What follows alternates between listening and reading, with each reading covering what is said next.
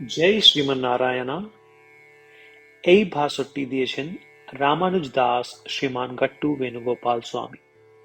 अध्याय 11 विश्वरूप समदर्शन योग श्लोक 4। मन्यसे यदि तच्छक्यं मया द्रष्टुम् इति प्रभो योगेश्वर ततो मे त्वं दर्शयात्मानम् अव्ययम्। ओम। গীতাচার্য শ্রীকৃষ্ণ পরমাত্মা অর্জুন সহ আমাদের সকলকে বিশ্বরূপ সন্দর্শন যোগ শিক্ষা দিচ্ছেন। সেই প্রক্রিয়ায় অর্জুন বলছেন, হে প্রভু, হে শ্রীকৃষ্ণ, তুমি যদি মনে করে আমি তোমার ঐশ্বরিক সার্বজনীন রূপ দেখার যোগ্য, হে যোগেশ্বর, তাহলে দয়া করে আমাকে তোমার অবিনশ্বর মহাজাগতিক রূপ দেখাও। যোগেশ্বর মানে পরমাত্মা অর্জনের জন্য অন্য আত্মা নিখুঁত করা।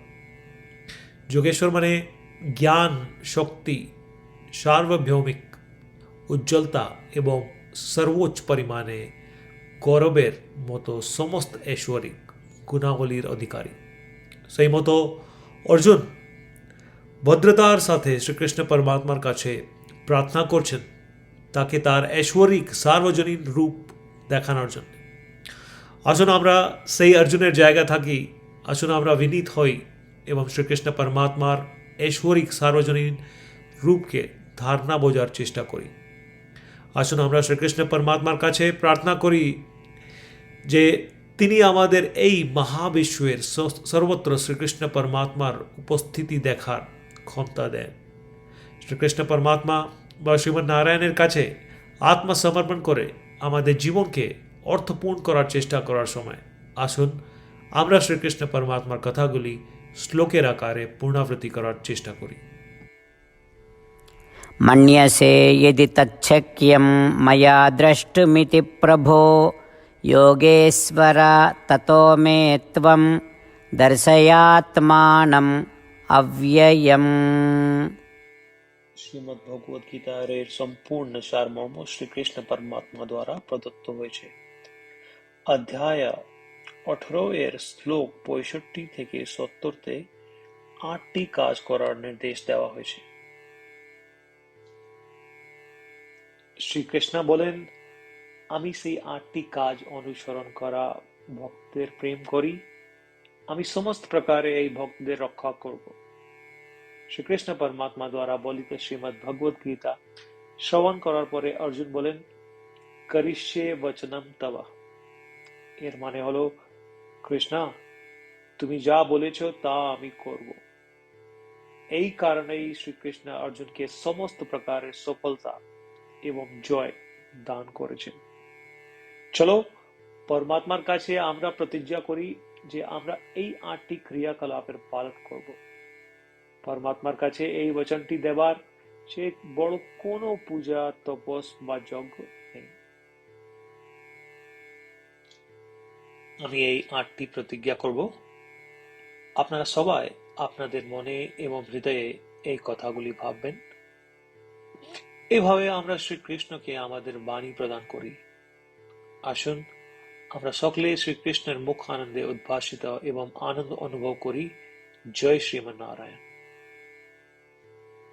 এইটি আমাদের 8টি প্রতিজ্ঞা। আমাদের প্রথম প্রতিজ্ঞা, হে শ্রীমন্নারায়ণ, যেমন তুমি নির্দেশ দিলে আমি সর্বদা তোমার উপর ধ্যান এবং তোমার কথা চিন্তা করব। আমাদের দ্বিতীয় প্রতিজ্ঞা, হে শ্রীমন্নারায়ণ, যেমন তুমি পরামর্শ দিলে আমি সর্বদা তোমার ভক্ত হব। আমাদের তৃতীয় প্রতিজ্ঞা, হে শ্রীমন্নারায়ণ, আমি আমার সমস্ত কর্ম তোমার সেবার জন্য এবং তোমার সন্তুষ্টিতে করব। আমাদের চতুর্থ প্রতিজ্ঞা, হে শ্রীমন্নারায়ণ, তোমার উপদেশ মোতাবেক আমি অনুসরণ করব। আমার বিশ্বাস আছে যে আমি শুধু তোমার আমি সর্বদা হাত জোড়ে প্রণাম এবং তোমার পূজা করব। আমাদের পঞ্চম প্রতিজ্ঞা। হে শ্রীমান নারায়ণ, আমি মনে করি তোমার শব্দ মামেকম শরণম ব্রজ, যেটি তুমি কেবল মাত্র তোমার উপর সমর্পণ করার বলেছ। শ্রীমান নারায়ণ, আমি শুধুমাত্র তোমার উপর সমর্পণ করছি। আমাদের ষষ্ঠ প্রতিজ্ঞা। হে শ্রীমান নারায়ণ, আমি মনে করি তোমার শব্দ মা সুচহ, যা তুমি আমাদেরকে আশ্বাস দিয়েছ যে আমরা দুঃখী থাকব না, আমি আর দুঃখিত হব না। আমাদের সপ্তম প্রতিজ্ঞা। হে শ্রীমান নারায়ণ, তুমি আমাদেরকে সকলকে শ্রীমদ্ ভগবদ গীতার আশীর্বাদ এবং উপহার দিয়েছ। আমি তোমাকে প্রতিদিন অবশ্যই একটা শ্লোক পড়ব অথবা শুনব, এই প্রতিজ্ঞা করছি। আমাদের অষ্টম প্রতিজ্ঞা। হে শ্রীমান নারায়ণ, তুমি গীতা সমস্ত মানব জাতির কল্যাণ জন্য প্রদান করেছ। আমি চেষ্টা করব তোমার দিব্য বাণী গীতার প্রচার করতে। আমরা পরমাত্মার কাছে আমাদের 8টি প্রতিজ্ঞা করেছি। শ্রীমান নারায়ণকে প্রতিদিন আমাদের কথা দেওয়া, যা আমরা করব যেমন তিনি বলেছেন, নিজেই একটি মহান পুজো। চলো আমরা তাকে অটল বিশ্বাসের সাথে আমাদের প্রতিজ্ঞা দিই। ও শ্রীমান নারায়ণ, আমি তোমার বলা মতন করব, আমি তোমার ইচ্ছা মতন আচরণ করব এবং আমি কেবল মাত্র তোমার জন্যই কাজ করব। শ্রীমান নারায়ণ করিষ্যে বচনম তব, এর মানে হলো, শ্রীমান নারায়ণ, আমি তোমার নির্দেশনা মোতাবেক আচরণ করব। সর্বম শ্রীকৃষ্ণার্পণমস্তু। জয় শ্রীমান নারায়ণ। मन्यसे यदि तच्छक्यं मया द्रष्टुम् इति प्रभो योगेश्वर ततो मे त्वं दर्शयात्मानम् अव्ययम्। ॐ मन्यसे यदि तच्छक्यं मया द्रष्टुमिति प्रभो योगेश्वर ततो मे त्वं दर्शयात्मानम् अव्ययम्।